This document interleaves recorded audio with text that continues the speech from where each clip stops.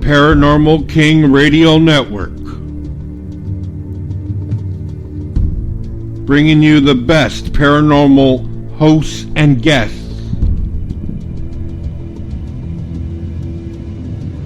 Bringing you the best paranormal shows and features.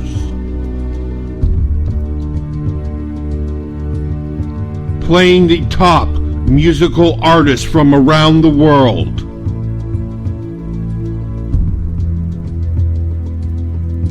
Paranormal King Radio Network.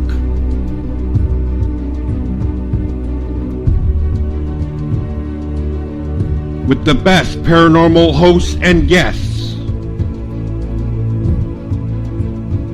The best in paranormal shows and features. Playing the best musical artists from around the world. Paranormal King Radio Network. The paranormal will never be the same.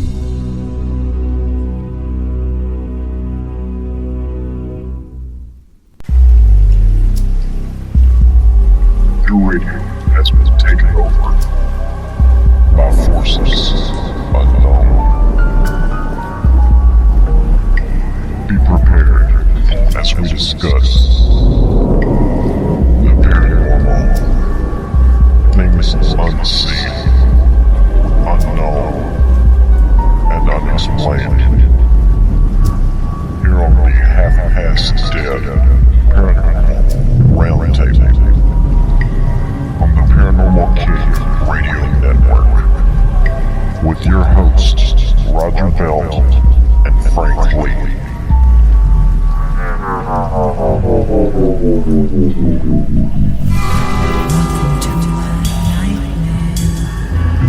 I think you're gonna like it. I think you're gonna feel you belong. Electron vacation, unnecessary sedation. You wanna feel at home, 'cause you belong.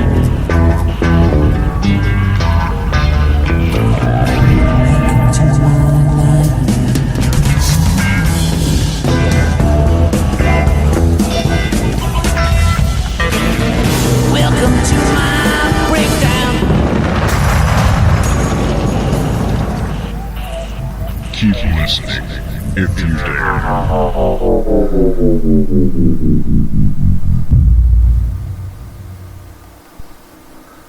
Stop. And we are live. Welcome to Half-Past Dead Paranormal Roundtable, everybody. I'm your host, Roger Belt, and we have my co-host, of course. I'm Frank Lee, and glad to be here tonight. And we have with us Ms. Teresa Communicates. Teresa Communicates, and we're so glad to have you with us. Thank you. I'm so excited to be here. And we're going to jump right into this thing because I've been waiting all week on this. I went to your website, and let me get some of this because I got some stuff saved that I wanted to go over. And it's telling about you were born a blue baby. Explain that. A blue baby is the blood in your body. It goes against, it's a combination of two bloods, and it's bacterial. So I had a lot of infection. So they had to drain the blood out of my body and give me a whole new infusion of blood. Wow. So, and from that, I was allergic to my own bacteria. And that happens very commonly with blue babies. And I was in an incubator, I was premature. So blue babies it's not that common anymore as it was back years ago. Right. So now I have to ask, What area were you born I was born in Manhattan, New York. in? Do you by any chance have um any ancestors from the Appalachian region? Not that I know of, but I think I have a lot of past life that's Native American and Egyptian. Because as being a healer and a vanquisher, I often pull from Native American customs as well as Egyptian customs. Now that's cool. That's well, the reason I ask that is because in the Appalachian region, um, and this is back right around the turn of the right around the turn of the 20th century, there was some blue people who were discovered in the region, Yes, I remember hearing about that. and it later they found out it was actually something genetic from, as you had mentioned, it was from their blood, and through a series of transfusions they were able to correct the condition. Correct. And that's what they had to do with me. Hmm. So Um, I was just curious if there was any kind of leap for, because we're talking a whole village of really? blue people. Yes. And they said something about they were discovered. Where was that at now? It, I would have to look it up. I it, can't it's remember. overseas land somewhere. It wasn't here. No, it was here. Was it here?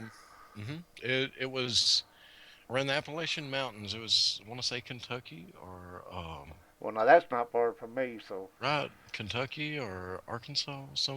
I mean, it was somewhere, you know, not very far from this region. right, that's what I'm saying. That's not that far from here. Right. So I was just, that's why when you said that, the first thing I thought of is, I was curious to see if you might have had But I remember somebody reading with that about the gene. blue people that were seen or whatever, and it wasn't like there was like just an abundance of them, but they were seen. You Mhm. know. Okay.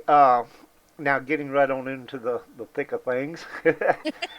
Sorry about that. I couldn't resist because Oh, that's such That's a okay. fascinating but story. he brings up some good stuff, so I Yeah, let from him the go. Appalachians. I'm going to have to look that up. I let him go when he starts talking because he comes up with some good things. That's good. Uh, Now it was saying that you realized basically that you had these abilities at the age of 4, Yes. but that you didn't really, I guess, get into it until you were in college. Well, I grew up in a very Catholic Italian family. And sitting on my mother's lap at the age of 4 at a 4th of July family barbecue, and both my parents were the youngest of 6 siblings. So they came from a very large family. And they pulled out the old 8 millimeter reels, and it was outside, it was dark. They put up the old big screen, the projector, and there were a lot of family members that were already deceased. So when I was sitting on my mom's lap, I started telling her who was who, what they did, what their names were, how they were related, and if they weren't related at all. And she spun me around really quick, and she said to me, "We go to church every week and we pray. We don't believe in this. Don't speak of it to anyone." Now, when mom gives you that look, you kind of know she's not playing. So I didn't say too much, but I grew up also in a very abusive family household. So I didn't have any friends. We weren't allowed to have any friends. My father was pretty much a psychopath in his own right. So my mother didn't spend most of our childhood managing him. So I didn't bring anybody home, and the first chance I got to get out of the household, I did. I went to college and never went back. But that was my first introduction, and I am different because it was the first time I actually interfaced with people on my own. Going to school, I always was bullied and made fun of. I'm a big girl, and back then that was a no-no. Right, that's what they call taboo when I was a kid. Hmm. Yep. So I didn't have any friends growing up. When I went to college, I got to see how different I was when things were happening to me and it wasn't happening to everybody else. Like with my first class, I was a pre-vet major, and I was going into my first class, and my first class was on the farm. It was on in the swine barn, and I walk into the paddock, and the pigs are waddling in mud and dirt well across the field. And it was a late August afternoon. It was very hot, very humid, and there was no tree cover for them. And pigs need to stay in mud because they don't excrete sweat. So that's the only way they can cool off. So I walk through the paddock door, and all of a sudden, you see them, their ears perk up and start looking my direction. And they all came out of the mud and start, like a herd of them, trotting over to me. And I'm like, okay. Meanwhile, everybody else in class and everybody coming through the gate, we're all heading up to the top of the field where the class is being held, and they come and surround me. Now, this is my first experience with pigs. These are 200, 250-pound animals. They can knock you off your feet in a heartbeat. And there's more than one. There's sows. There were no boars, thank God. This was just a sow pen. And all wanting to talk, underneath my feet, trying to nudge me, taking little bites on my clothing. It was their way of interacting with me. It scared the crap out of me. But they talk. I made friends with the animals better than I make friends with people. Now, when they talk to you, is it like English where you understand what they're saying, I or? understand what they're saying. I can feel their emotions. I can hear their thoughts. Some animals are more proficient at verbal communication than others, meaning understanding what words mean, especially animals that are domesticated. So if they're around people a lot and they hear people talk, they learn what words mean. Like our dogs and our cats that we have in our home as our pets, they understand a very large vocabulary, more than you think, because they understand the correlation to what this, like, treat. They understand treat means this. Right, right, They understand that, dad is the father or the right. husband. Mom is this. So they understand and associate words with things. Some animals give me the words, some animals give me the pictures. Some of them just do telepathically. Every animal is different, just like every human is different. I'm Italian. I talk with my hands. And there are animals that talk with their hands. There's animals that talk with their tails, their facial expression. They're no different than humans in the way and need to communicate and feel love. Absolutely. Um, so I can't imagine it was, you know, by from some of the things that you've talked about. I know it seems like one of the biggest single issues that most people with abilities face is religiously, it's a taboo for most. Um, S- yeah, and I have my issues with religion. I'm a recovering Catholic, and I say that all the time, and I freely discuss my beliefs. I truly believe that religion, in its fundamental basic principles, has a lot to offer. But once you get the dogma on top of it, and the ego, and the greed, and the control, and the fear, that is whitewashes everything else. Because it's really about us and energy and how we exchange energy. So all it's about is energy. And I really believe Right. before man destroyed the universe and man got his ego, I think, and I know animals communicated with man and man communicated with animals. Right. Right. And I'm a firm believer, and we may be coming from two opposite sides of the spectrum, whereas you may be looking at it from more of a spiritual side. I personally I studied environmental science, and I've studied geology and many things that had to do with energy and how it interacts with the environment, and how we can manipulate it in certain ways through like electricity and different things like that. But I agree. It's it's funny because I've always been so deeply rooted in science, but yet some of the people who I agree with most, maybe not in the way that they go about getting some of the things, but who I share the most common um, viewpoints with are people with abilities. which is, contradicts most of science. Well, You shouldn't have this intangible ability. her abilities were considered the same as like when I saw the spirits when I was 9. Hmm. You just don't do that. No, you Right, didn't see that. There's no such thing. You right, know, taboo. You don't talk about that.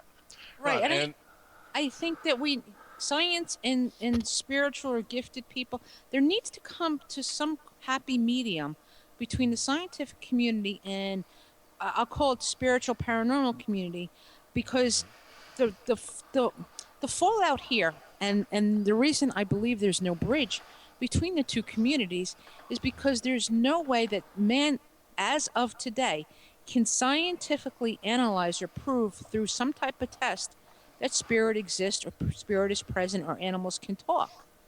right. We're just getting to that point. I just saw an article on Huffington Post last week that they said that horses communicate by using their ears and a low frequency Hmm. that we can't hear to communicate with each other. Well, with all due respect, I've known that since I'm a kid. Right.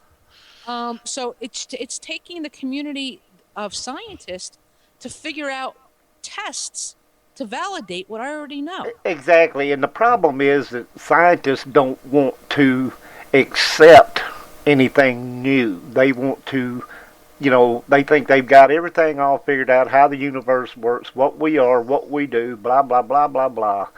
And they don't want anybody coming along and trying to change that. Right. Well, I'm going to say this as a scientist, as a, Well, not you, as a Frank. science enthusiast. If you think that what we know, that science in itself is set in stone, is never changing, is absolute truth, then you need to pack up your bags, go back to the house, and rethink the whole universe as you know it today, because science is ever changing, it's ever evolving. What is fact today can be completely turned around and proven wrong tomorrow. And it has been. You're Well, absolutely right. And think about this. 500 years ago, the earth was the center of the universe, and the sun and all the other planets revolved around the earth. And that was a scientific fact. All right, 1,000 years ago, the earth was flat, and if you went too far, you were going to fall off the edge of it into oblivion. So, what we know today can be completely turned on its head and proven wrong tomorrow. well, and that's because I truly believe too. You have the scientific community evolving just like spirit evolves. We all evolve. So does the consciousness. When the consciousness evolves, so does technology, and technology is the precipitation of everything else to be validated. Exactly. Do you think, and I'm asking Teresa this because this has been, and I haven't brought this up before, but uh, anybody that's ever watched the movie, oh, good Lord, what is it? What was the name of that freaking movie? The one where the dude was, you are the one, and they unplugged him from all the bodies that they had using for batteries and blah, blah, blah. Mm, Uh, uh, Anyways, where the world was really a computer program and we were all just parts of this program. I believe that we are all developed, and we are all genetically engineered by a creator. What that creator is, you know, it could be God, it could be Krishna, it could be Allah, it could be Muhammad, it could be Zen. I don't care. I mean, it doesn't matter what religion. There is a creator. Somebody did sit down and formulate the DNA. Exactly. But I don't know so much whether it was an all powerful spirit being as pertained to what everybody perceives God as. Well, I think that's the key here is what is God? Who is God? And I think that'll go on for centuries. Um, and to decipher Matrix, yes, thank you, Fabian. all those different aspects. God is different for each person, and it for me, it all comes down to, from my perspective and the work that I do and how I was brought up and I was taught from spirit, it's all about the soul and the energy you carry in that soul. That's all really, and everybody, that's the platform to which connects everybody. Okay, now the point I was trying to make, he told me the name of it, the Matrix. If anybody's ever seen that, Yes. okay. Uh, at the rate that technology is going, because eventually the um artificial intelligence, the AI, Hmm. is going to get to a point where it's not going to need us anymore. And that brings to the, do you believe that eventually that's what we will become? No, because you're looking at artificial intelligence as far superseding man's ability to reason and cognitively think through different processes in our mind. And they're trying to make an artificial intelligence to do that. And the only way they're getting that information is through reverse engineering from all the spaceships and aliens, and you can look up Yes, crazy, yes. that have landed and have been abandoned or have crashed. Why do you think the last pretty much only 40 years we've evolved from having TVs with rabbit antennas to walking out of their house panic struck if you forget your cell phone? Exactly. You know, we've been on this planet for thousands of years. Why is it only within the last 50 years we've gone from, actually, last 100 years, if we really want to time frame it out and do a Gone timeline? to fiber optics and all that stuff that we wouldn't have had a clue how to develop. Right. I mean, I had a client recently because I do private readings in my home because I am a psychic medium and animal communicator. And I was telling her about her grandfather's passing, and we were talking about what happened during his passing. He was, in order for him to go from the funeral home to their family plot burial site, he was in a horse drawn wagon. That's only 80 years ago.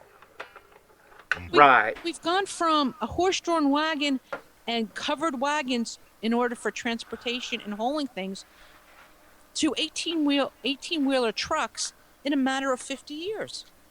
Well, 18-wheeler trucks and 747 jet planes. Well, Correct. if you think, if you really want to think about it and have your mind blown, think of just the technology. Think of the postal service. Okay, think of how it was originally. You send out a message, you might get your message might get delivered in a month, if it gets delivered. And if you consider now, you know, and just think about the last 10, 20 years. 20 years ago, I can remember talking about how mail order was going to be the wave of the future and all that, and people laughing. Nobody was ever going to buy clothes through mail order. Nobody was ever going to do that. And now Amazon is testing drones to deliver things to your house. Correct. I mean, just let that sink in for a moment. Well, also let's talk about, you and I are on technology. You live somewhere where I would think in America. I live in New Jersey, and we're communicating via Skype in order to have this radio show. And it was only 125 years ago that there was just a telegraph. You had to know Morse code in order to communicate from one end of the country to the other. Direct. Right. 125 years in the real scheme of things is not a really long time.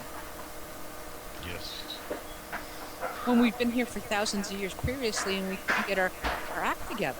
Okay, so now I'm going to ask you a question pertaining to the Mayans, the Incas, the Aztecs, uh, the early ancient Egyptians, the whole 9 yards. Do you believe that they came out of the forest and just all of a sudden knew how to build these magnificent temples and all this stuff that they built? I don't believe they built them on their own. I Exactly. truly Thank you. believe that there was, and I hate the term alien because it has such a negative connotation. I believe there were extraterrestrials, both Thank good you. and bad. Otherworldly. Yes, that came beings. down and assisted in helping the civilization. And they also Yes. played with the DNA. I'm a big Right. advocate. In my book, I'm writing about how we evolved. And part of the evolution was playing and practicing and coordinating the DNA. If you look back, and let's talk about Greek mythology for a quick second. Greek mythology talks about humans having horse bodies. They talk about um, Yeah, yeah. goats having human. Dog heads and all that Right. kind of stuff. Where did that all come from? They just didn't make it up. Exactly. It was at that time in the Earth's history, in the cognizant consciousness of man, is where they were playing with the DNA to see what would work. Right. And if you look at some of the ancient text and hieroglyphs that depict some of those, Correct. and some of those, I would have to look at it because it's been a while, so I'm kind of rusty. But some of those not only show the creatures, but they show the procedure. Correct. Because they were Some of those playing. show the tubes. They show the how the blood is pumping, how they're transferring organs, and different things that they shouldn't have known at that time. Well, unless somebody helped them. Well, and then you got the skulls that they found that had the square holes cut through the bone where they had did like brain surgery, Hmm. Yep. and they would not have had a clue how to do that. They would have had to have help with that. Well, I truly believe the Egyptians, prior to the Romans burning the library, Egyptians had it all down Oh pat. yeah, They knew yeah, how to do do laser surgery using crystals. They knew what crystals and the importance of crystals, and the um pure crystals gave them pure energy. They knew how to use all that to create energy to do surgery, to Well, do. no, they also believed that the Egyptians had a form of electricity to light up their rooms that were like down deep and dark and all that. Through the crystals. It was a transference of energy through the Well, crystal. well, think of the lighthouse at Alexandria. If you've ever done much research on it, the fact that there existed a lighthouse before electricity in itself is fascinating. Exactly. But And you know they didn't have like a big giant candle up there that they lit, so. right, it wasn't a beeswax candle on with a dome reflector behind it. It was definitely something more advanced. But they knew how to reflect and refract the light to magnify it enough. But now I wanted to ask Teresa because we were talking about the Mayans and the Incas and all that. I have this overwhelming draw to the Mayan temples and all that kind of stuff. Is there a reason for that? You probably had a past life there, if not one, many, and you could have either had a past life in the sense of being here earthly or living it, or being a guide or a teacher for somebody who came in and you were their support team. There's a tag team, teachers, angels, and guides, which is my Enneagram, for the spiritual team that supports us. We choose that team. That team chooses us. And your tag team, other than your angels, your teachers and your guides, have already been here with you at least one lifetime. The reason they stay on the other side is to learn and help you evolve, but they also evolve not as quickly and not as deeply as you would having your firsthand experience. But by you having the experience, it lends itself through by attrition to helping those teachers and guides learn a lesson. It's one of two things, and it could be a combination of both. I went to Europe a couple of years ago, and I was in England, and I was with friends, and I knew England like it was the back of my hand. I would get in the taxi and tell them we need to go here, you need to take this left, this right, and my girlfriends are looking at me like, "How do you know all this? How do you know the back alley stuff?" I'm like, "I don't know. It's so familiar to me." And when I asked, I was a teacher, a guide for somebody in England in the 1940s, in the 1930s. Wow. So I didn't come in body, but I was somebody's spiritual guide. Okay, there is a certain picture, and I have it, or I did have. Well, actually, it's on my blog somewhere. of a certain Mayan city block. That's it's got like the temples to the left and all that, and to the right, I think. And it's like a main building that has I think it's a tower that they use to plot the stars and all that kind of stuff. Okay. And I saw that picture and I knew instantly that I had stood there before.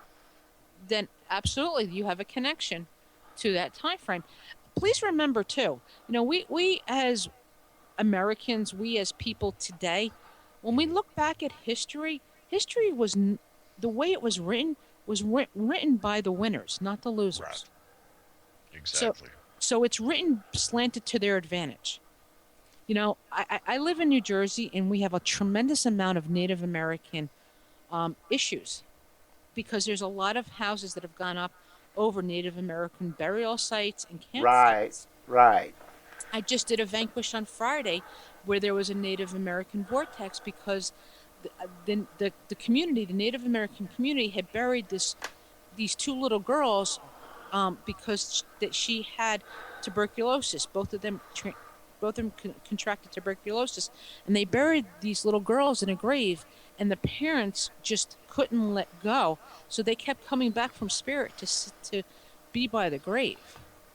And it was an unmarked grave. It was a grave that just had stones around it. So when I was doing my investigation, I went outside to the back part of the person's property and I'm like, "Do you know what this is? All these stones?" He's like, "No, we think it's a dry well." I'm like, "No, it's markings for a grave."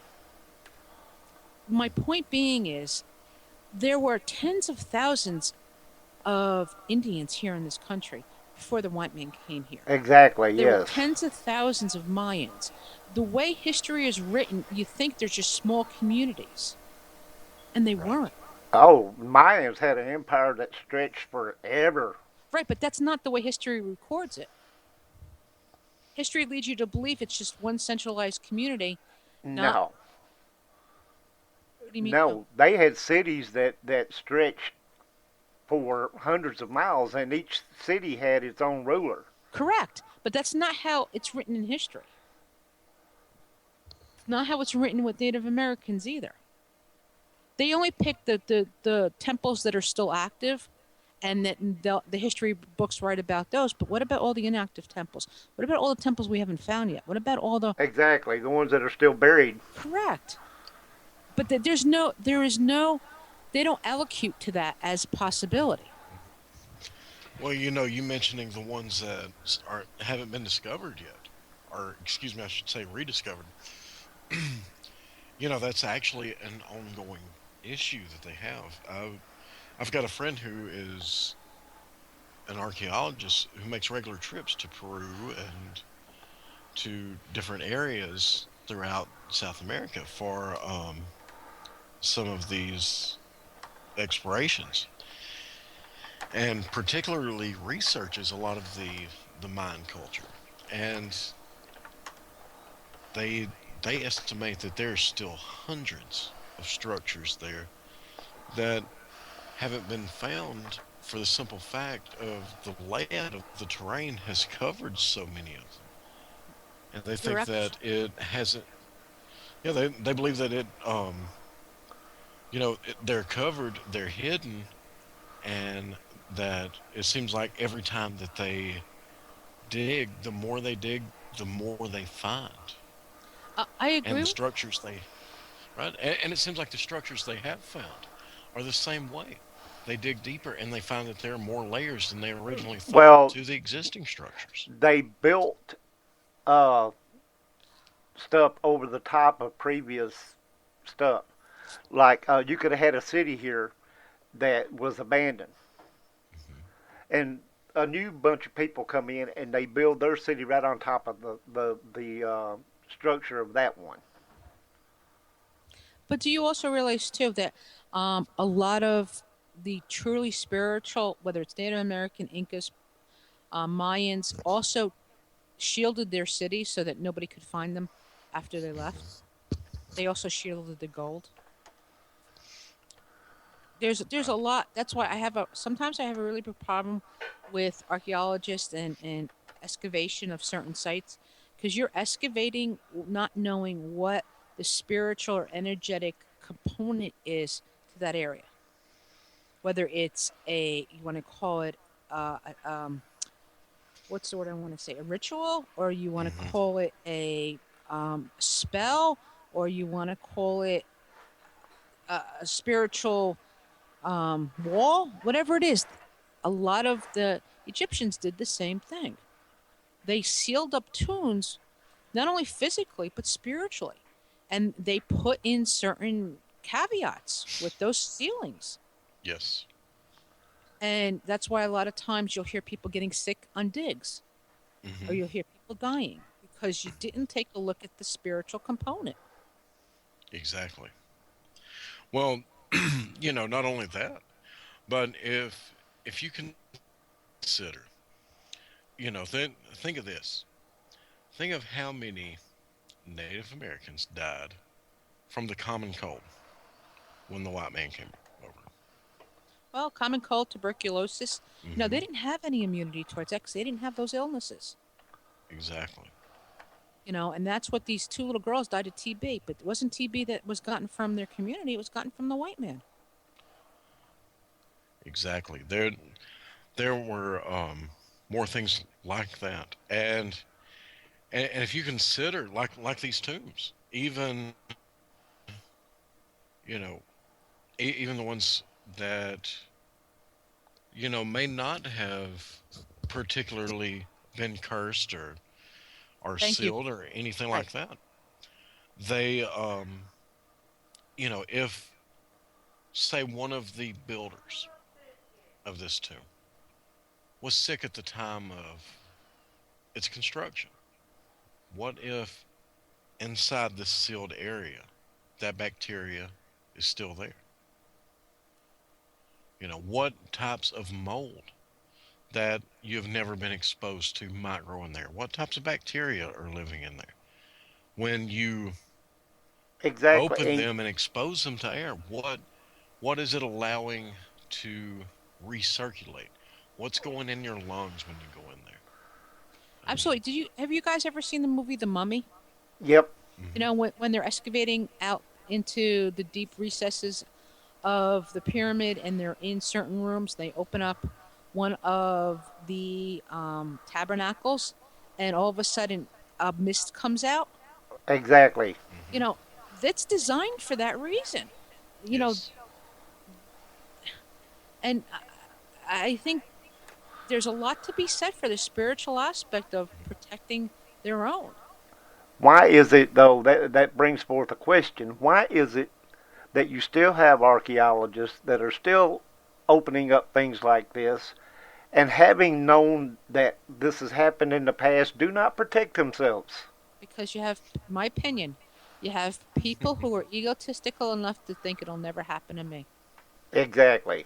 Well, you're much nicer than I am. I was going to say stupidity, but Well, yeah, that you too. know, Oh, But yeah, they still do it, still and do it. they don't wear like masks to protect their from breathing in stuff, and they don't wear protective clothing because that stuff seeps through like your typical clothing. right? Well, you've got to think. I mean, if if this stuff has been sealed up for 1,000, 2,000, 3,000, 4,000 years, Exactly. Yes. then chances are I can't go to Walgreens and get an antibiotic filled that's going to cover this. My doctor that went to medical school 20, 30 years ago doesn't know about this because, he wasn't in medical school 3, 4, 5,000 years ago when they talked about Well, it. this is just on a comical side, but if I were going to go open up one of these things that had been sealed up for 3,000 years, I'd be going in there with a daggum spacesuit on. You know what I'm saying? Well, and I also would have somebody who's a credible, like myself, reputable, professional psychic medium who understands energy to be at my side to kind of make sure, is this, you can call it cursed, is there a spell on it, is there Is some, it safe? is it Yes. safe? You know, look, no matter I take you with me. okay, I'll come. Look, no matter what culture you talk about, they all had their own spiritual traditions. whether you call them spiritual, whether you call them pagan, whether you call them, I don't care, uh, whatever. They all had their own rituals that they did. Right, to protect what was theirs. Exactly. And anybody who was going to take advantage of that, there were spells, there were things cast upon their, you know, I'll give you another example. I get for the listeners who might not totally understand. I One of my clients recently came and she brought me a big bouquet of flowers and they were beautiful. They're on my Facebook page, by the way. If you go to Teresa Communicates and you like my Facebook page, you can see the flowers. She and I called her the day after to tell her these flowers were magnificent. I've never seen lilies so beautiful and last so long. They lasted over a week. And she said to me, I put my intent on the flowers when I delivered them to you. And you can see how the intent lasted. Those flowers, lilies don't last in a vase for over a week. Lilies pretty much die pretty quickly. So my flowers lasted over a week and they were beautiful. That intent, that energy that she put on those flowers was felt by the flowers and myself. Well, It's no you know, different than putting something in a coffin or in a cavern or in a Hmm. sealed room. Well, and what you're talking about has been studied in a laboratory environment, Hmm. and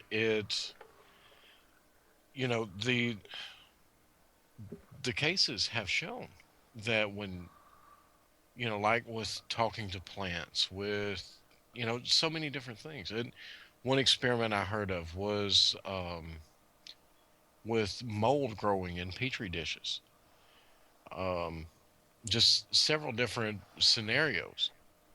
It People who would talk negatively would see a significantly less growth, or even um, you know a decline in health versus a increase in. okay, how about now, BB? She said I was booming over y'all.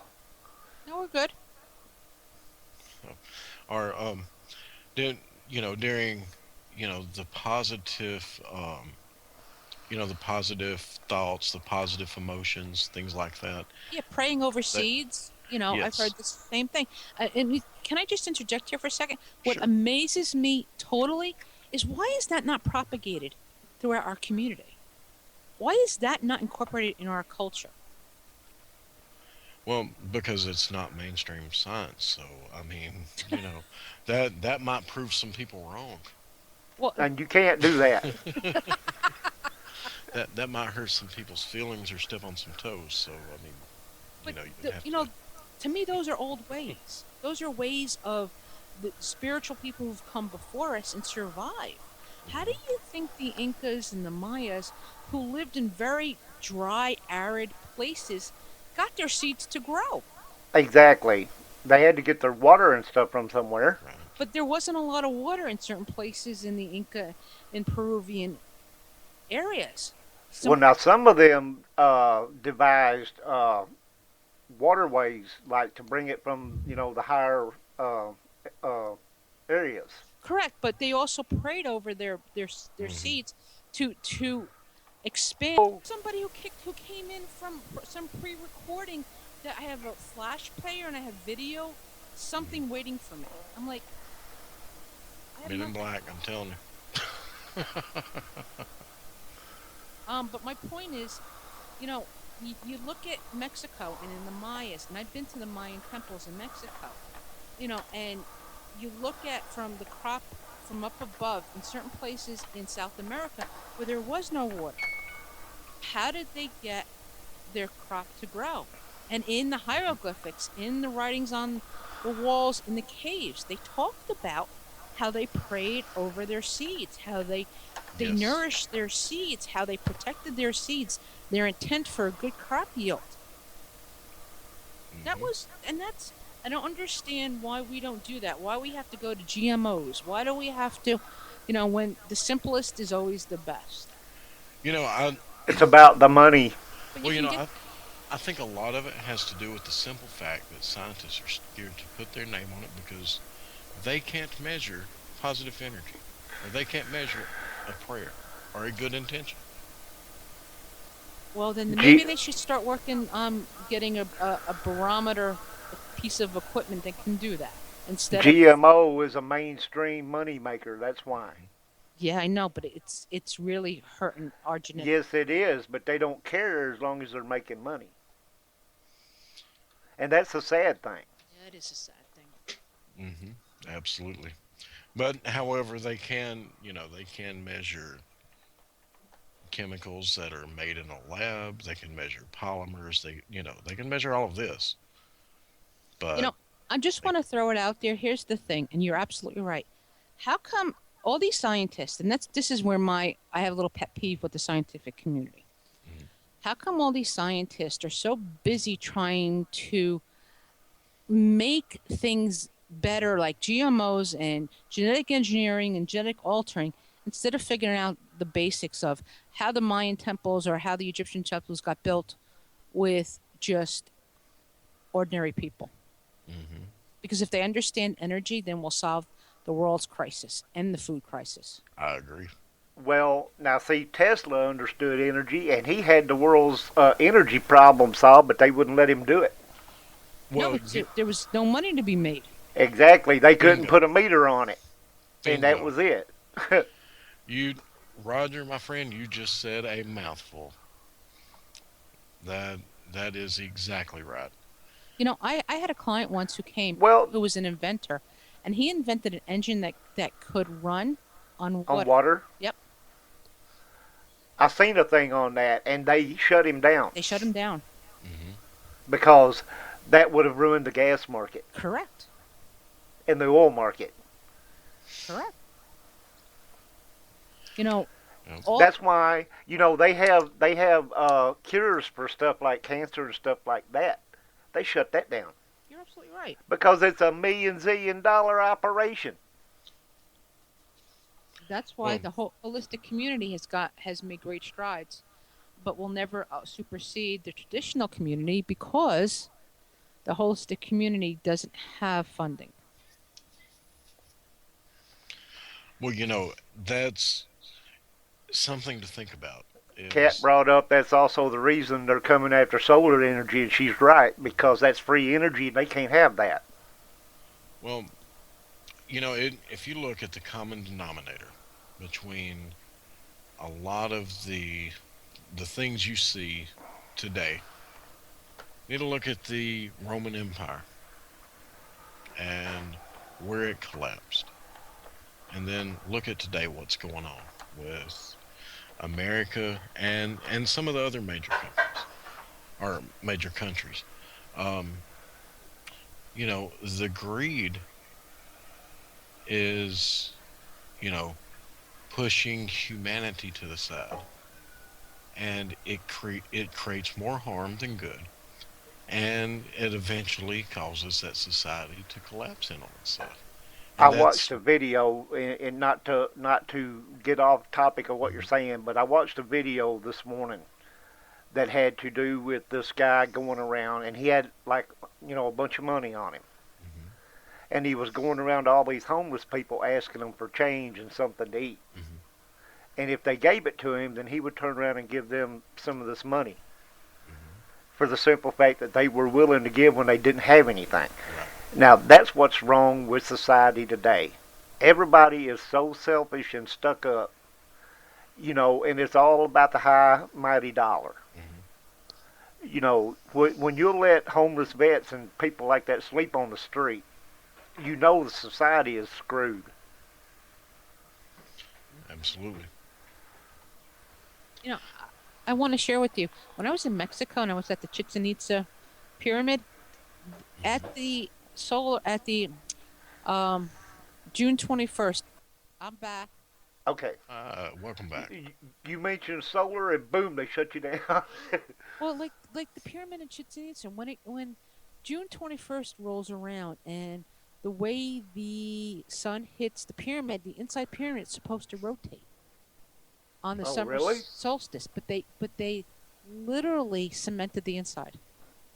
Why would you do that? Because If that thing was going to create energy that somebody could use that they couldn't put a meter on, it's a no-no. Correct. And that's where we're at today, and that's where. And they are trying to shut down solar, like Frank said. They're coming after that because that's the next free energy source, and they can't put a meter on it. So Well, they got to try to shut that down. well, I I don't know if it if you really look at it, we get not only from solar, but look at our geomagnetic and geothermal energy. There is sure everybody knows the Earth has a magnetic field, and we get cosmic rays and the solar energy.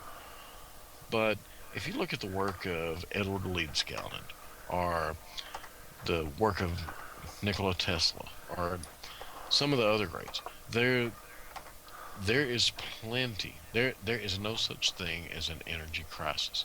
It's just we we choose not to use the abundance of natural energy we have available. You're absolutely right. Look at Coral Castle down in Florida. Exactly. That's where I was fixing You to know, go. You read my mind. um, Quite literally. look at his work. Look at Ed's work and the work that he did, and how he was able to use the magnetic field, plus the angles and the energy to move buildings. That's how the Egyptians did it. Yes. Well, that was one of the things that he said was he said that he had harnessed the way that that was one of the very few things that he said to anyone on the outside was he said, I know how the Egyptians built the pyramids. And if you look at the huge door, which now I think they've got it reinforced and everything, but the huge door going into Coral Castle, basically a boulder balanced on a pebble. Right. Right. How does Well, that now, happen? look at the size of the door that he had going in there, Hmm.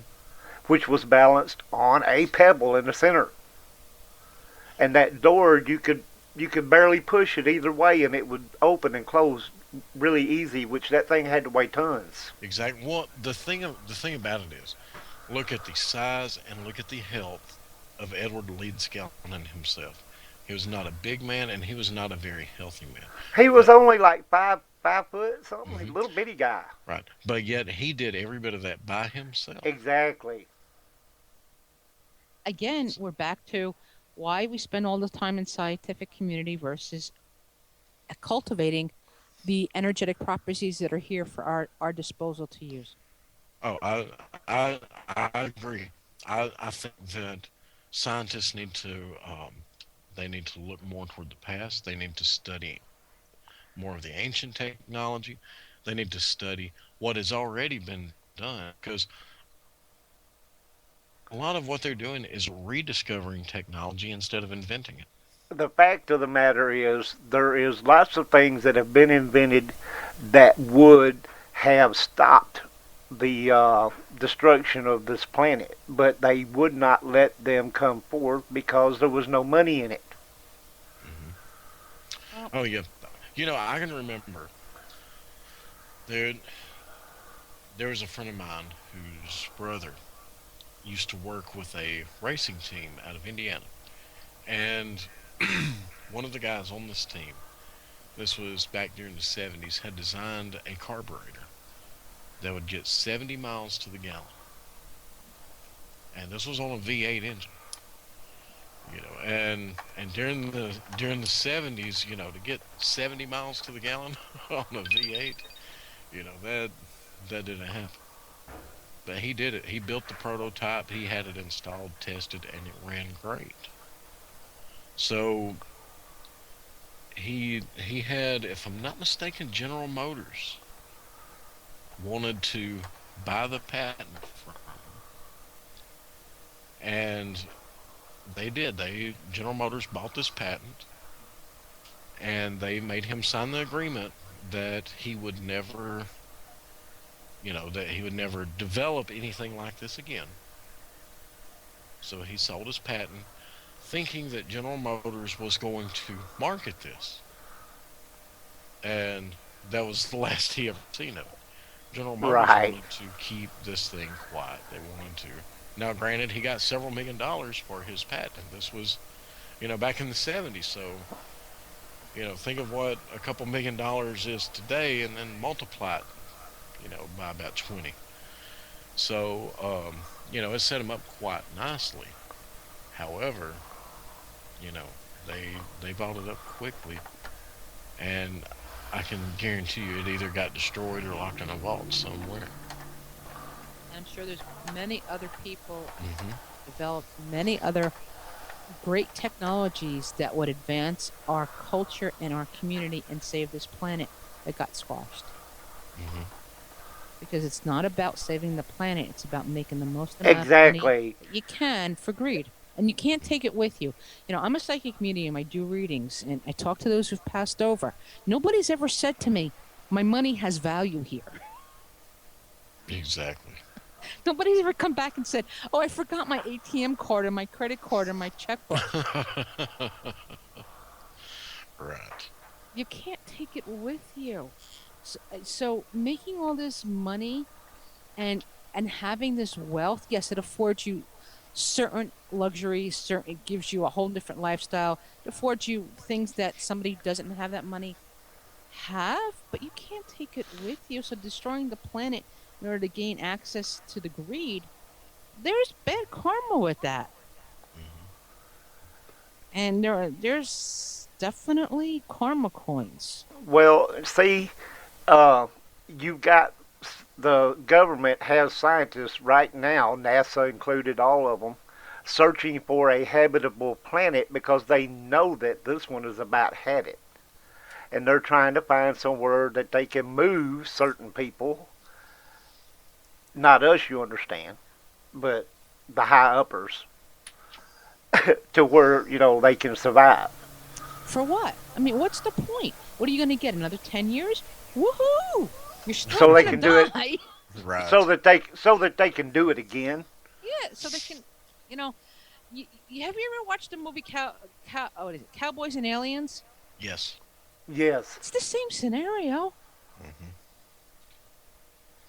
You know, it's aliens moving to this planet to take our natural resources and then destroy the planet.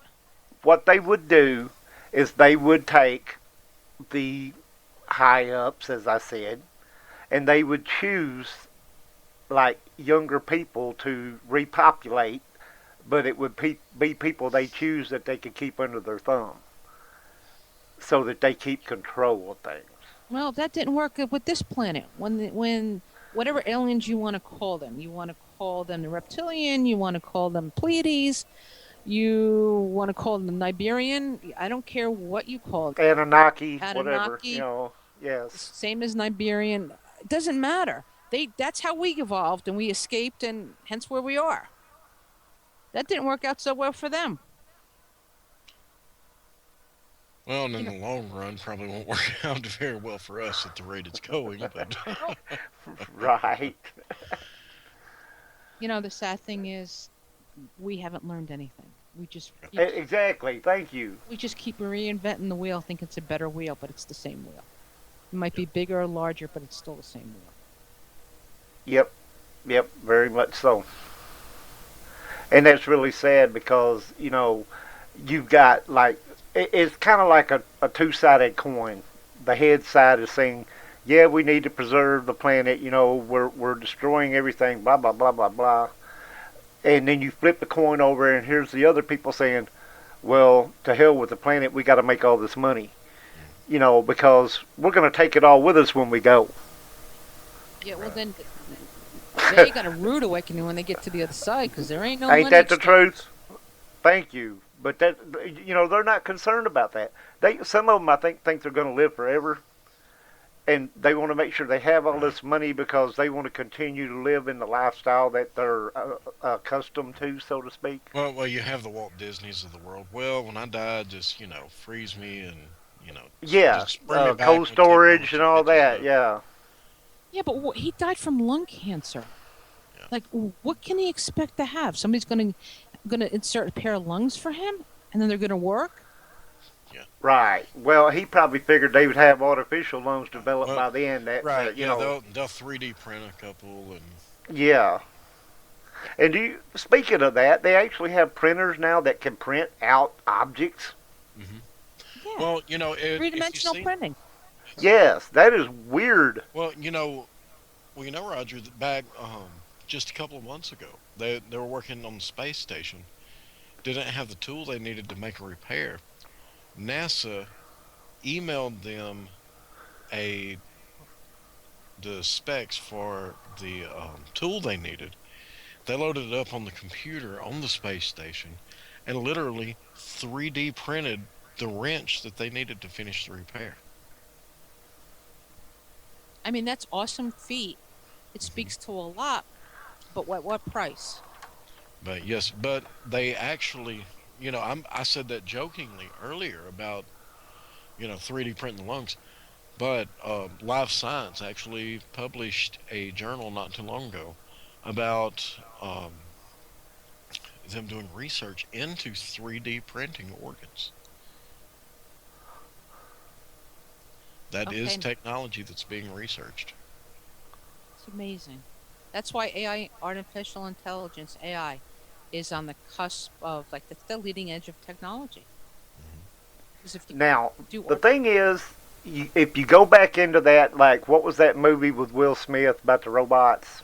iRobot. Where they were designed basically to, they were supposed to safeguard humanity and all that.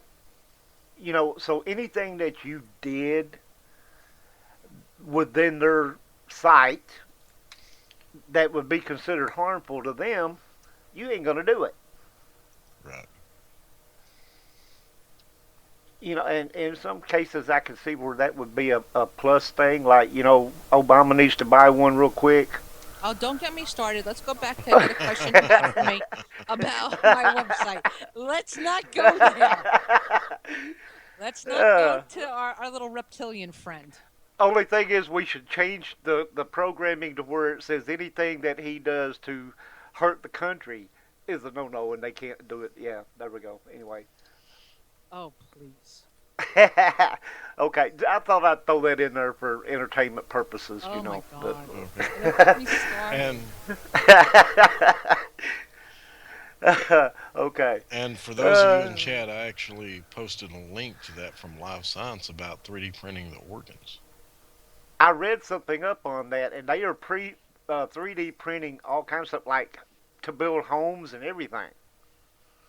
Hmm. Oh yeah, You know, they actually have the 3D printers that will print concrete. yes, And and so they print out the whole uh, to where it all just goes together, and they put it together, and it's a house.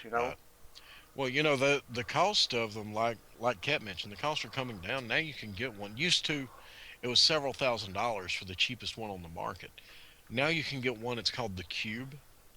If you've seen it, now it goes for between $8.99 and $9.99. So it's You're talking about 8,000, no, 999, or 899, 999. really? Yeah, so between 900 and $1,000 for. Yeah, but what can it do? That's the Um, question. Of course,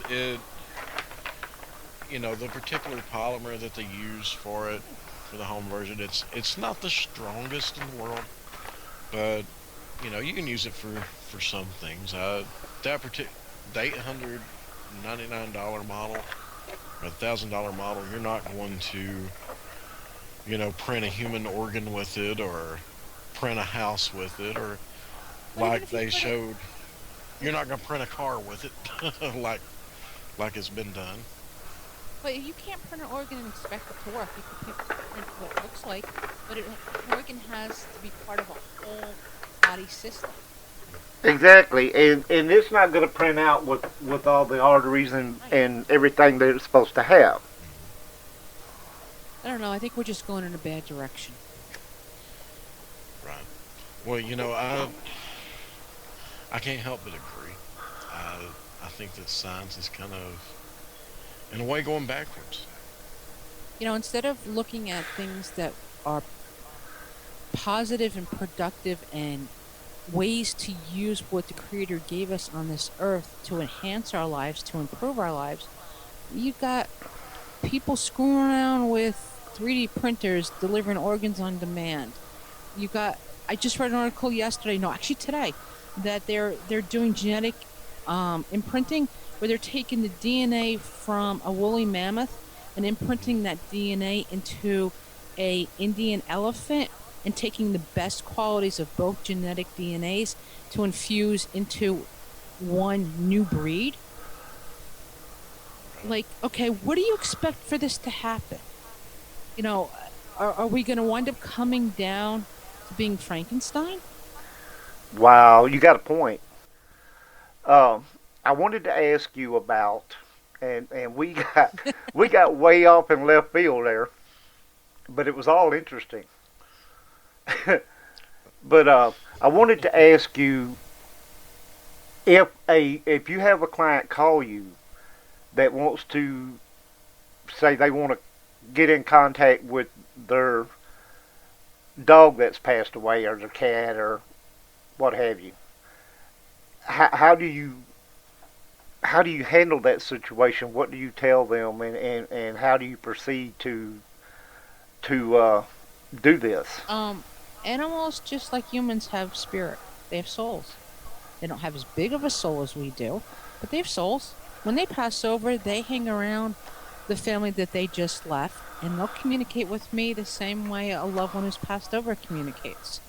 Because the attachment and the bond is through love, compassion, and understanding. So when an animal, a furry family member, leaves the family unit, they still hang around for quite a while because they still want to give peace and help those family members that they have left behind, to give them peace and comfort, to let them know that they're okay. So for me, it's no different. I communicate with loved ones on the other side, angels, teachers, guides, animals, and I also communicate with animals here that are living. So it's as natural to me as me breathing. So I mean, do they, when they contact you, that how, and I know you've had to been through this. So how do they uh, approach you when they ask for something like that? Oh, when a client calls for a reading, they'll tell me it's an animal reading. I want to talk to my animal. I don't necessarily want to know any information other than it's an animal reading. I'll connect up with the angels and their animals that have passed over, and I'll deliver messages from them about their lives, about what they went through, about their transition, that whatever it is that their parents, their mom and dad, or their siblings, whether they be furry siblings or human siblings, spoke to them about before they left. They remember the dialogue, they remember the exchange of energy and information.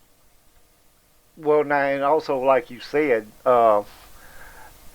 if they're around, like people, and they're raised up with people, they pick up on the words. Correct. So if you were contacting, a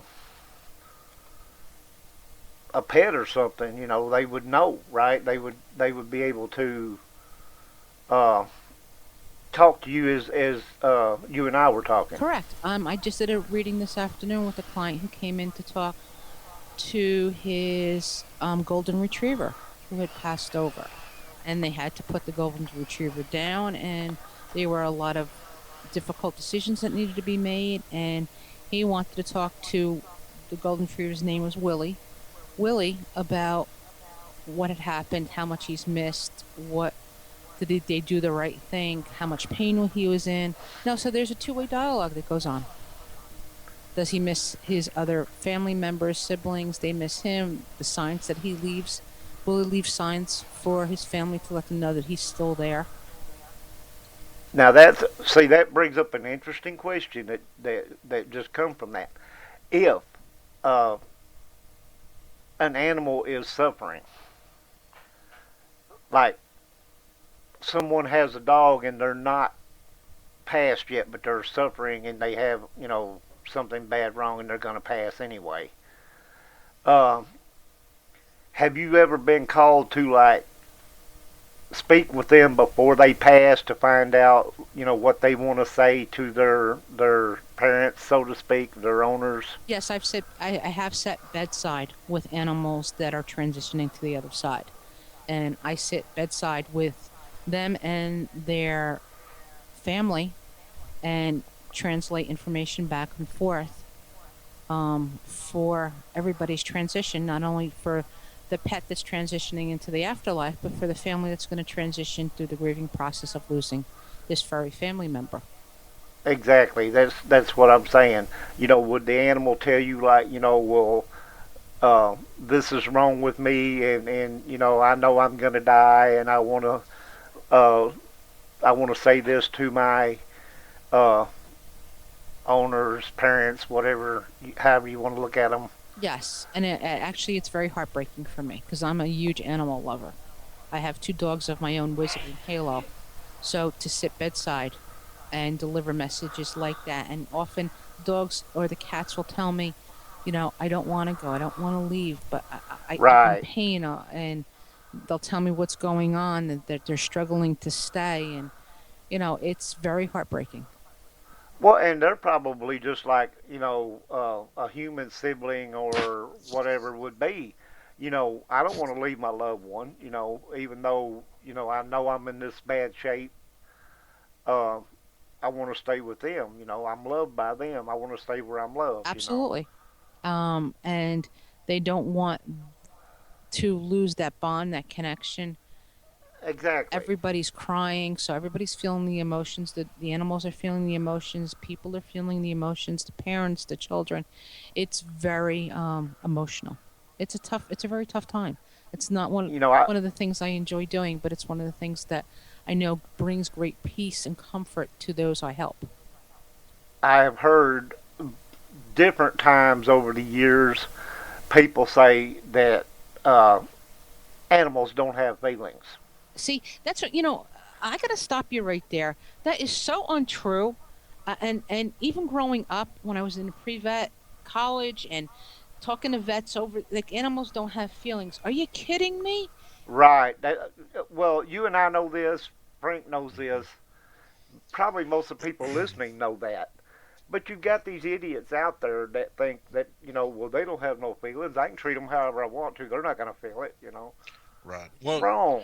regardless of how someone may believe about the spiritual world, to, I mean, and I don't care who thinks what, I, if, if this hurts someone's feelings, steps on their toes, pisses them off, I don't care. But if you think that animals don't have feelings, then you're ignorant. I mean, You're a bigger moron than I thought you right. were. Yeah, yeah. Because it's, you can look at it and you can look through years and years of, science. You can look through the techniques used to train animals. And I'm not talking about, excuse me, I'm not talking about these people that are kind of off in left field that, you know, want to, come in and do all this, the craziest, most extreme thing that you can imagine. I'm talking about, your military trainers, your police force dog trainers, any of them, anyone who works at animals, your veterinarians, they will confirm that. Your animal's behavior, their training, their daily rituals, every bit of it depends on your animal's feelings, emotions. Are they happy in their environment? Are they scared? Are they frightened? All of this. So yeah, whoever doesn't believe that animals have feelings, I mean, they, I don't know what rock they've been hiding under, but Well, they need to that. take them some reading material back under that rock with them when they crawl back under there next time. But remember, it's also part of the brainwashing from religion that a lot of religion, especially Catholicism, has taught and believes animals don't have souls. And they don't go to and they heaven. don't go to Yeah, heaven. heard all that before too. And how absurd is that? You mean the Creator created these animals and they're not going to heaven? Where do they go? Right. Because they don't. They're innocent. So why would they send them to hell? Where would they go?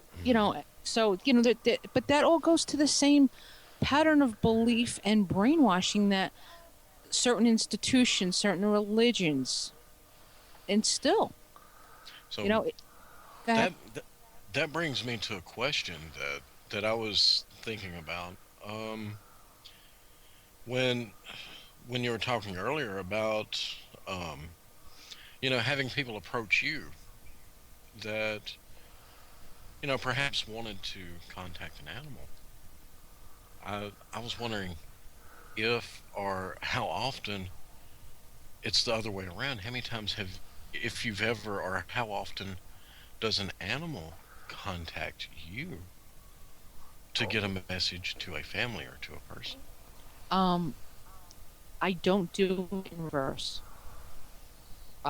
Because doing it in reverse, because of my industry, has Hmm. such a bad rap. To seek out somebody without Right, them seeking me puts me in a very vulnerable position. right. Right. It makes you look like Well, hey, uh, It looks to me like here's the analogy. It would be no different than a lawyer chasing an ambulance. You ever heard of the ambulance chaser lawyers? It's yes, the same no. analogy. Right. Yeah, I can see that. That's just something I was curious about. But even if you don't per se seek out the people or whatever, have you had many cases where you've been approached? Oh, at night here at my house is Grand Central Station. A lot of the times between the hours of 12 and 5, I'm a psychic medium, so I do animals and people who have passed over, and there are a lot of people who have passed over who either passed over tragically or in a natural disaster or an event that their consciousness hasn't adjusted to the passing. They show up at my house, and since I have two ethereal bodies, I have the physical body here, and I have the ethereal body on the other side. It allows me to um, jump dimensions or transcend into each dimension. My job is to help those who are unsettled to pass in this life to the next life to make their transition easier or make them aware they've even transitioned. Right. So at night I do a lot of private work because that's part of my gift is to help those Okay. who've passed over who don't realize they've passed. Now, see, you led me right into the next question when you said that. Uh,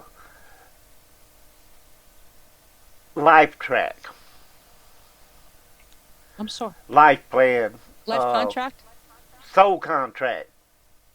Okay. Explain, please. Okay. You're funny. We all have life contracts. We all come here with a contract.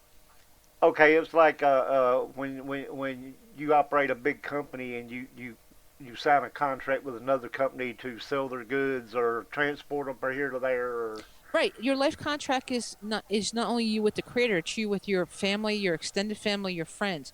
In your contract, everything's written. It's written who your parents are going to be, who your siblings are going to be. Where are you in the sibling hierarchy? Where are you in the family hierarchy? What astrological sign you'll be born under? What are the supporting astrological houses that you'll have some learning lessons from? Where will you live geographically? What type of income level will you be at? Um, who's your friends? Are you going to stay in this area or are you going to move? Or what life lessons are you going to learn? How tall are you going to be? What sex are you going to be? Are you going to have animals? And what type of animals are they? And what lessons do each of you exchange to learn? Do you have siblings? And what siblings are you? Are you male or female? So everything about you is written and outlined in the contract. so uh, I'm trying to get into this here. Hold on. Expand. Um, It's not simple because well, I was talking about how the past influences you know, I guess what the future's going to be. Okay. Does that make sense? What I'm saying? Because I'm looking at past influences over the years. It all comes down to two things in this lifetime. It comes down to the experience that you've had, and it comes down to either where you are the teacher in a situation or you're a student. Right. So either you're learning something about life or experience or situation, or you're teaching somebody what you've experienced, what you've learned to help in their lives. You're either the teacher or the student, and there's nothing else in between. So everything that we go through in this life is about a building block to our higher consciousness, to a higher awareness, to meeting your life contract, and the lessons that we've learned. And sometimes the lessons that we've learned are not necessarily about the way we learn how to cut a steak, or we learn how to cut with a pair of scissors. It's more along the line of we learn how to deal with the trials and tribulations in this world and of our life. So have you learned how to have patience and compassion and understanding? Have you learned how to lovingly detach or separate yourself from a situation that you can handle it better? It all comes down to how you handle your life in your belief structure and your attitude and the behavior that you present yourself in each situation. That's basically what the life contract outline is what are you going to learn in this lifetime? What from a past life you need to take into this lifetime that you might need to correct or change or learn from or use it to your advantage to help somebody else, including yourself? Or what are you learning new? It's all about either you're the teacher or you're the student. Okay, so is it true then that if you don't uh, if you don't learn everything that you were supposed to learn during this lifetime, that you come back Um, again to continue? yes, you when you move to the other side, you have free will, like you have free will here. But you'll sit down at a huge round table with everybody who was in your life when you were living. You'll do a life review. You'll do an analysis of what you've learned, what you didn't learn, and you'll choose whether you want to come back to this life, this planet, another dimension. You do have free will.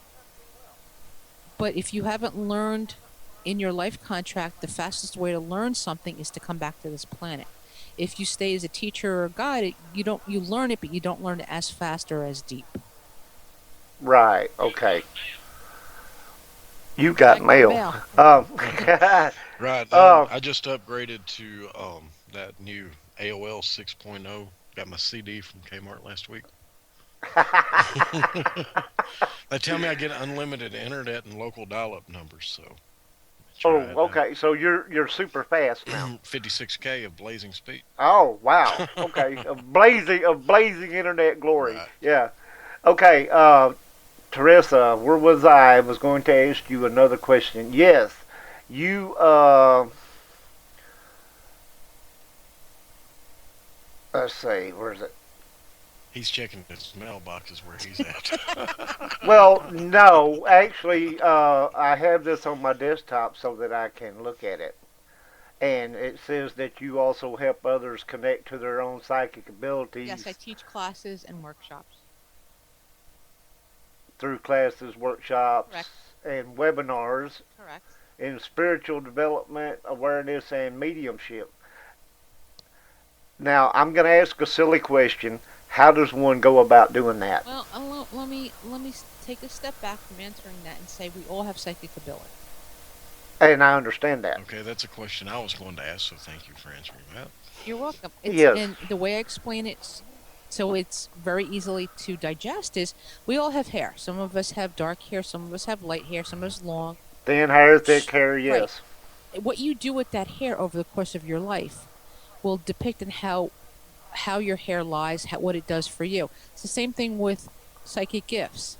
It's we all have psychic gifts. Do you cultivate them? Do you work on them? We live in a culture that doesn't endorse meditation, yoga. It's just coming around in the last couple of years, but as a cultural tradition, we don't have that. When you go to Other cultures, you go to the Asian world, you go to Peru, It's it's mainstream there. mainstream. Yes. So that development of the inner journey, the inner self, that connection to the soul is being developed through all those different aspects. So when I teach classes, I teach to open up your inner wisdom, your inner soul, and connect within to connect through that into the spiritual world. It is that is the conduit. The soul is the conduit to the other side. Okay, and you also have your spirit guides and all that that plays into this, right? Correct. And part of that is introducing you to your spirit guides, introducing you to the conduit, that there is always a constant connection, that they're always there to support you, that they're always there giving you guidance. It's just, do you see the signs? Do you listen to that inner voice? Do you listen to that thought that comes in that says, hey, maybe you should take a right instead of a left, because taking a right's going to put you in a heap load of traffic and it'll take you an additional hour. Or if you do this, you're going to get in trouble. You better not do Correct. this.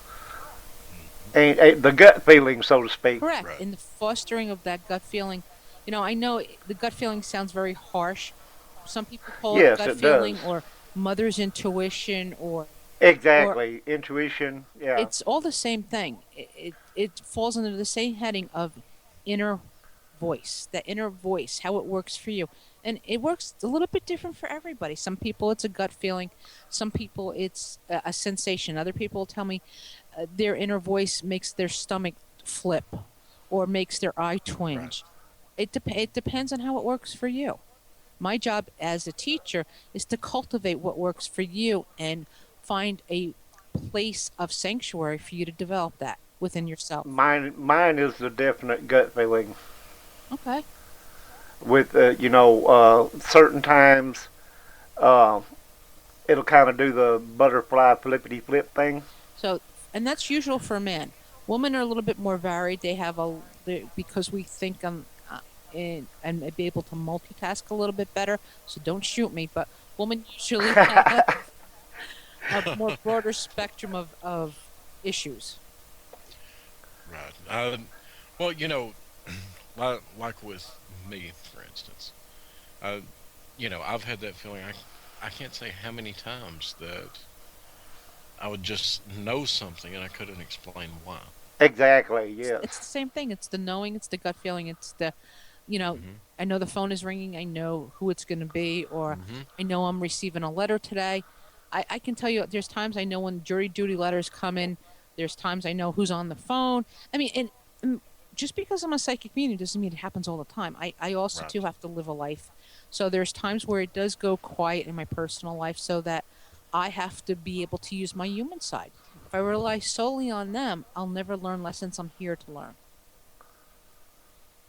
Hmm. Okay. I have this thing about knowing whether a person is bad or good. But it lets me co-host Just anyway. just just no, just by looking at them, I can tell you this person's bad, this person's good. Uh, But that's part of the innate programming in our soul.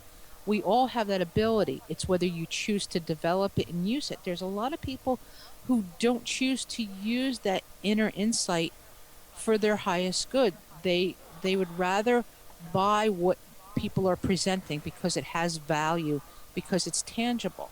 This is not a tangible, measurable feeling or quantitative approach of looking at this. Right. So it's easier to say, oh, this person seems nice, and when you look beyond them, they're really not. Most people rather buy into what the facade is, the illusion, than the deep reality. It's the way human nature is, unfortunately. okay. Kat, put your link up on the in the chat room for us. So So, something I was curious about is,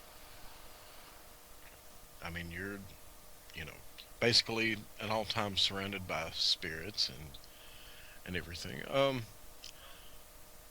Do you, um, or have you ever worked with paranormal teams, or are you a member of one? No, and I have some personal issues with the paranormal team. I know spirit exists. I don't need to be running around pointing and clicking to validate that. Number Right. one. Number two, I don't like these paranormal ghost hunters, house hunters running around because they're poking at spirit and you don't know what you're awakening or what you're inciting. Hmm. And more often than not, I'm out there cleaning up the messes paranormal investigators have opened up. Right. You know, they're looking for validation. You know, it goes to the same theme of the scientific community. I want to see spirit. I want to hear spirit.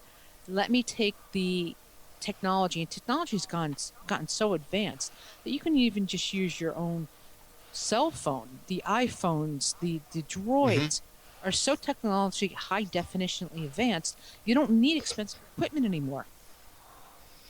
So you Right. have a lot of these novices and less than novices, idiots, running around pointing and clicking, inciting spirit, wanting to talk to spirit, but they don't know who they're talking to. They don't know if they're malevolent or benevolent.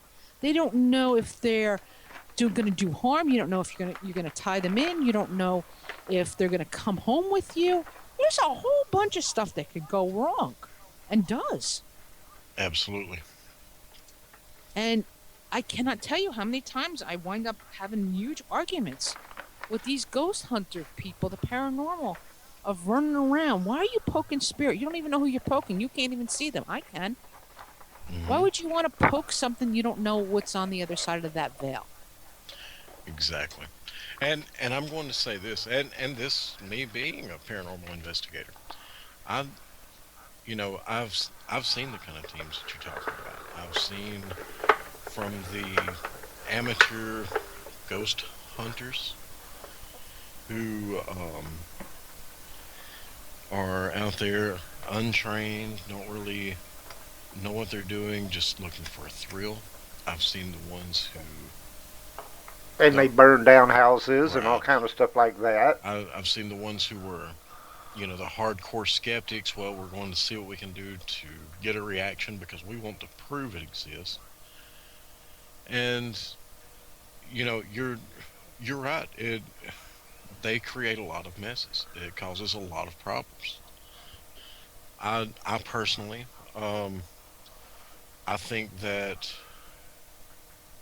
as a paranormal investigator, or if you have a paranormal team, I think that you should have a medium on your team that should be there with you, I working agree. as an advisor to the team, being able to help. Exactly. And I've even, you know, but no, me personally, my view of a paranormal team is I think if you're not out there for, I think if your main goal is not helping people as a paranormal team, then you need to pack up and go to the house. Well, and they disguise that as they're helping people. What are you doing to help? You're gonna identify the spirit. Yeah, the family members already know that there's a spirit. Why would Hmm. they have called you otherwise? So that it's a given. Right. So, I'm very passionate about this. So I apologize if I come across as a little heated. I'm also a vanquisher. So when I have paranormal teens that get in and they start poking these spirits and they start engaging with them and tantalizing them, that also brings other spirits in. Once you open the doorway, you can't close the door. Right. Well, that's like we've had situations where, but now keep in mind we go in, we actually have two mediums on our team, and we've encountered situations where, like, for instance, there would be spirits there who were being held there, against their will, Correct. and which would, there was a lot of activity going on, a lot of negative influence, and by going in and letting them communicate with the mediums, by letting them get their story out, and in some of the cases we've encountered, by them just getting their story out there, empowered them enough to cross over. Or So also, for me too, it's when you're dealing with portals. A lot of mhm, people don't even know what a portal is. right. And I say to them, well, portal, vortex. They look at me like I have 600 heads. Like, Right. are you really kidding me? You're in this field and you sound like you have an idea of what you're doing. But that's not the majority of these people, not even the ones on TV running around. Right. It scares the crap out of me when I watch the shows. I don't even watch them anymore. I watch usually the first or Oh, second episode, and I'm so devastated by the way that they've handled themselves and conducted themselves. especially when they go in there trying to use provocation and Right. some of the things. Oh yes, I definitely agree. You know, Um, Example. you don't want to poke the lion when you don't even know if you're in the cage with them. exactly. Example. If this is the portal of hell, why don't you come up here and get me? Ring a bell. Right. And then what Right. do you take home with you? You're poking at spirit. I call it poking. Tantalizing, a, engaging in a negative way. That's only going to cause animosity. And what do you take home with you? How do you know you're not taking home somebody with you? We've all heard stories of all these TV ghost hunters. They've all had their personal lives destroyed. Exactly. Why? Why has all of them had these issues? Because they brought home entities and energies that they didn't know what they were dealing with. Hmm. And how do you take something off that you Well, don't even know is attached? I personally, like, well, for instance, I'm going to say this. I believe if you study and I understand that you're talking from more of a spiritual aspect when you say portal, but if you look from there's so many that claim to be scientific. Well, if you study anything from a scientific standpoint that has energy, anything with a current, with a flow, has potential to create a portal, a vortex, or a vortex. So why would you have such a hard time believing that there was a such thing as a vortex or portal that existed? Even if you are the most scientifically minded person. So, so yes, I agree because I know exactly what you're talking about when you mention the word portal to someone. You know, there are some who think that, oh well, that's no such thing. That's no, it's right there. Portals can't exist. They do. It's right there. And Right. there It. and there's keepers of portals that you have to deal with. Mhm, No portal comes unkept. mhm, Every portal's got a gatekeeper. mhm. And if you don't believe that, then you really need to go back home and put yourself back under a rock. Right. Now, let me ask you real quick since you brought that up. Do cemeteries have guardians? Okay, I need you to clarify the question for me, please. Okay, I had read something where somebody was talking about uh, investigating cemeteries and that they had talked to the guardian of the cemetery. Okay, now I understand your question. Everything on this planet has a gatekeeper. It's usually an angel. An angel is usually assigned to every building, every location on this planet has a specific gatekeeper. Whether it's a cemetery, whether it's a hospital, whether it's a house, every location has an angel. The angel is the gatekeeper. Okay, that answers my question. Thank you. So you can talk to the gatekeeper of the cemetery, you can talk to the gatekeeper of the hospital. Some of them have more than one gatekeeper. But the creator gave us support teams. I call them spiritual support teams. If you're scientific, you can call them energy protectors. Hmm. But they do exist. And their job is to maintain that field of energy, that field of residual energy, if it's historical residue, if it's situational residue, if it's emotions. But I will tell you, cemeteries are usually pretty quiet. I Hmm. walk cemeteries. I'd rather walk a cemetery than I would walk a park in Right. a Saturday or Sunday. Cemeteries, people don't, and that's the fallacy of humanity. People think you pass over and you go visit the grave, you visit your loved ones. Yeah, I but guarantee you, your loved one's not there. Right. Everybody I've ever talked to, and I mean everybody I've ever talked to from the spiritual world, has never said to me, I hang out in the cemetery. Never. Right. They tell Well, me I'm in the kitchen with them, I'm in the house. But when they go to the cemetery, more often than not, the loved ones, deceased loved ones will tell me, I sit in the car and wait. well, it's this goes back to a conversation I was having just a couple of days ago about logic. Logic and paranormal, Okay, Mr. Spock. well, you know, the cemetery is illogical. it's um, the Captain, there's no intelligent life here. right. Well, that seems illogical. Um, that is not logical. Excuse me. But I can't help but agree. The simple fact is, no one hangs out at a cemetery. I mean, not for an extended period of time. So why would if I'm a spirit returning, would I want to hang out at a cemetery, be depressed by being surrounded by a bunch of dead bodies in a place that I've probably never hung out during my life, or at least not for any extended period of time, had nothing but sad memories at? Or am I going to be at my house where I was comfortable, or at a place that I enjoyed being around people I enjoyed being around? Exactly. That's it. But most people don't get that. I had a client tonight who lost his wife. This afternoon, I'm sorry, we're in tonight.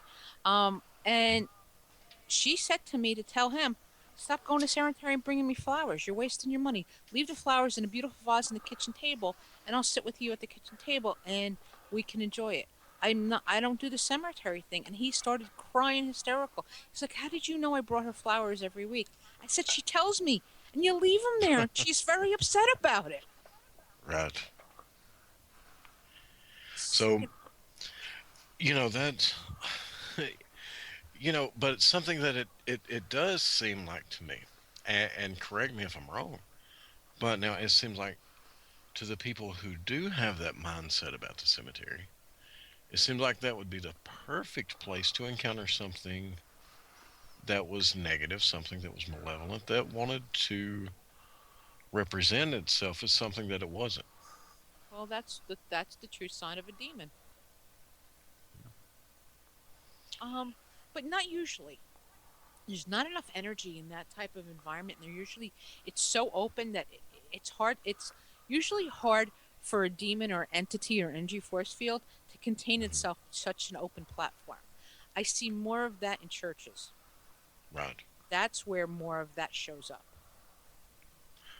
I could, it's so funny that you say that because I don't buy all of the stone tape theory, but the stone tape theory presents a lot of good points. I think a lot of it is accurate, and I have people tell me all the time that oh well, a church can't be haunted; it's holy ground. Oh I hell no! I don't buy that at all. I think It's only churches. I think churches are some of the most haunted places that you'll Thank encounter. you. yep. Thank They're you. they're only holy because by the physical illusion of religion making it holy. But part of that Right. holiness is also it's a depository for all your emotions. So when you go in a Exactly. church and you deposit your grief, you deposit your anger, you pray for because you're in need of, that opens the door for everything else to come flooding in. Exactly. And that's exactly where I was headed with that is because every s- you know every time the church doors are open, they have this, they have the service or ceremony, whatever. What is it? What do most churches? What do they witness to? They have all these people who go in. It's a very emotional experience for them. There are many funerals at churches. There are memorial services. There are weddings. There's the regular services that are done, and there's so much high emotion contained in that one area by so many people. And a lot of these people go to a church, and that is what, they have some people who will go from the time they're a child until the last day they die. They're in there every single week, and they have that sense of duty Well, it's to it. brainwashing. It really Hmm. comes down to brainwashing. Right. That's why I call But myself a recovering Catholic.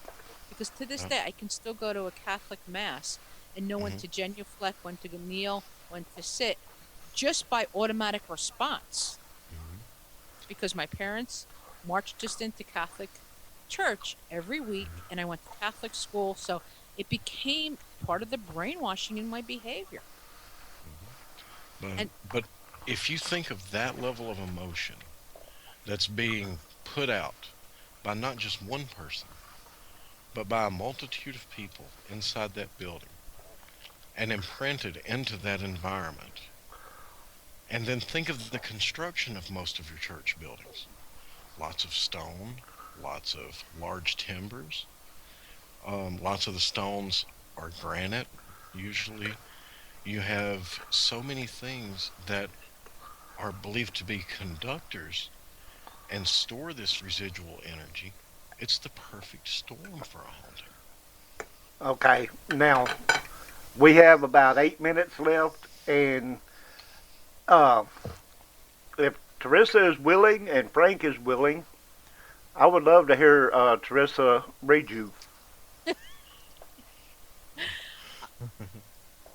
Just saying, I don't like doing my guests on air because I I get very specific details, and this is a public forum. You have people who listen to you every week. okay, well then Then you can do it when we shut down. um, I w- But I think he would be pleasantly surprised. I really do. I'll give you a real quick, and I'm going to keep it clean. Hmm Um, you're very obviously very intelligent. You've had a very difficult life in the sense of finding your niche. hmm You're still looking, and I still think that you're still kind of have some inner child issues going on that percolate a little bit as far as your self identity hmm from what they're showing me. I have your grandmother who stands next to you who watches you, but you also had, and I got to ask you this, you also had a neighbor that was pretty influential in you growing up yes. because they tell me this neighbor is here. Huh. Um, actually, yeah, there are two that could be. Okay. One's a male and one's a female. Hmm So they're around you. Um, you were the odd duckling out in the family, Yes, and that odd definitely. duckling was you look. Your parents loved you, but they didn't know what to do with you Hmm because your dad's on the other side, Dang, that sounds like me. and he says to me, "We didn't know what to do with you. Like you didn't fit in the family fold. They incorporated you into the family fold, but you came on this planet, hit the ground running. Like you already were smart. You had wisdom. You were searching for answers, and they couldn't give you answers. hmm Got me? Yep. And your Yep. father says to me, you look like him. So much so that It's almost like you're mirror images of each other. my daughters can look at there's some of his portraits from when he was my age, and they have mistaken them for my portraits. So yes. And yes, I started reading very early. I was advanced all the way through school. Um, when I was a teenager, when I was 15, I was when. Can I finish my reading? I'd rather have you not tell me. Oh, yeah. Go ahead. Um, you're an old soul. You get it. You just haven't figured out how the pieces are put together yet, and you're just starting to put that together. You're a really good dad, from what they show me, and your father's really very proud of you. But I will tell you, you need a little bit more daddy and daughter time, especially with the younger one. Yes. Younger one's very much like you, Hmm. correct? Just like me. Poor kid. My oldest thinks just like me, but my youngest, oh god, that girl acts just like me. Like a carbon copy, Yes. and both very smart, just very different. They're two different. Your oldest one needs a lot of attention, Hmm. and your younger one barely needs any attention. She just needs you to keep her engaged. Right. Now, do you understand the difference from that statement I just gave you? Yes. Yes, my oldest, has to talk to me quite a bit every day, you know, lots of time spent back and forth. She likes I call it the caressing time. She needs to be caressed. Hmm. Me and her have a lot. We spend at least an hour a day in deep conversation. Hmm. She needs that My stroking. She needs that reassurance, that confidence, that support from you. my youngest daughter, she's Independent. more right. She's more the type that she'll come in, talk to me for a few minutes, then she'll go to her room, do her own thing, then she'll come back for a few minutes. You know. She's they're just too different. Hmm. Both really good girls, but just too different. Yes. And you and your wife are kind of soulmates, and you guys got it going on. You just got to spend a little bit more quality time hanging out together. I think sometimes you got such busy, fast-paced lives, you forget to nourish each other. Well, actually, I'm single. I'm twice divorced. So that was that the issue with the second one then that they're showing me? Um, no, but Feeling a little neglected? that's that's kind of been an issue with me as far as like dating things like that goes. Is a lot of times my schedule Okay. because me being a single dad, because I do have my two daughters with me, and between that and everything that I have going, yeah, there's not much time to date and things like that. No, but your second wife, was there a neglect issue on her part that she felt neglected? Yeah, she, That's what I'm picking up. I knew there yeah. was something there. You guys had a really strong bond, but she needed a lot of attention too. Mhm. Yes, yeah, she definitely was the kind that required a lot of attention, kind of high maintenance. I gotta tell you too, and you're gonna shoot me, but that's okay. On some level, you still love her. I, it's just that the two of you are couldn't get it to blend well. Right. I think with me and her, it was she was really high maintenance, needed a lot of attention, and I was more, you know, kind of She was kind of jealous. I was more kind of carefree. I was good on my own, and it just didn't work well. I think a lot of times she thought that I didn't care because I wasn't more jealous, that kind of thing. Right. So when I say blended, like the two of you couldn't get this to work because it didn't blend, didn't flow right. Right. That's what I mean by blended. Didn't flow right. Mhm. Right. Well, we have All got to right. get ready to shut down. So, Hope you enjoyed your reading. Yes, definitely. Thank you for having me on the show, guys. I really had a great time. oh, you are very Yes. welcome, and it was very Yes, interesting. thank you for I coming enjoyed it on. quite a bit. Yes, it I think, it was great talking with you. There's Well, we covered a lot of interesting topics that weren't necessarily where we intended to go, but wound up there. And that's okay. We go with the flow. Exactly, but it was all very interesting. You guys are great. So thank you for having me on your show. Well, I'm glad you came, and maybe sometime in the future you can come back and we can kind of pick up I where we would left love that. off. That'll be great. And I want to thank everybody for Awesome. listening. You've been a great audience, even in the chat room. So thanks everybody Thank for you. listening. Thank you, everybody in the chat room, for joining in. We've enjoyed having you. Hope you enjoyed the show. I will say my fare thee wells, and Yes, and yeah, and be sure to tune in tomorrow night too. Paranormalities and Ponderings. exactly, And yes. I also have my own radio show every Tuesday night. It'll air back in about another couple of weeks. We're live every Tuesday night with a live call-in show. And you can go to my website, which is teresacommunicates.com, to find out all that information, as well as contact me for a private reading. And she is on CJ Mars Yes. Radio Network on Tuesday nights. At what time? At 9 o'clock Eastern Standard Time. So everybody be sure and check it out. You'll like it. Try it, you'll like it, as Mikey used to say from the old As commercials. Mikey, yeah. He won't eat it. He eats everything. Hey, Mikey. Silly rabbit tricks are for kids. Yeah. Okay.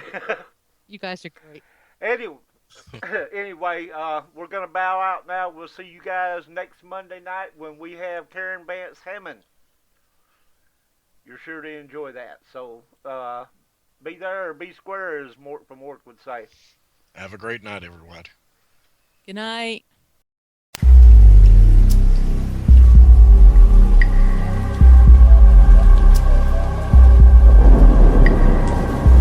Join host Roger Belt and the teacher Frank Lee on the Half-Past Dead Paranormal Roundtable on the Paranormal King Radio Network every Monday night at this same time for another haunted evening.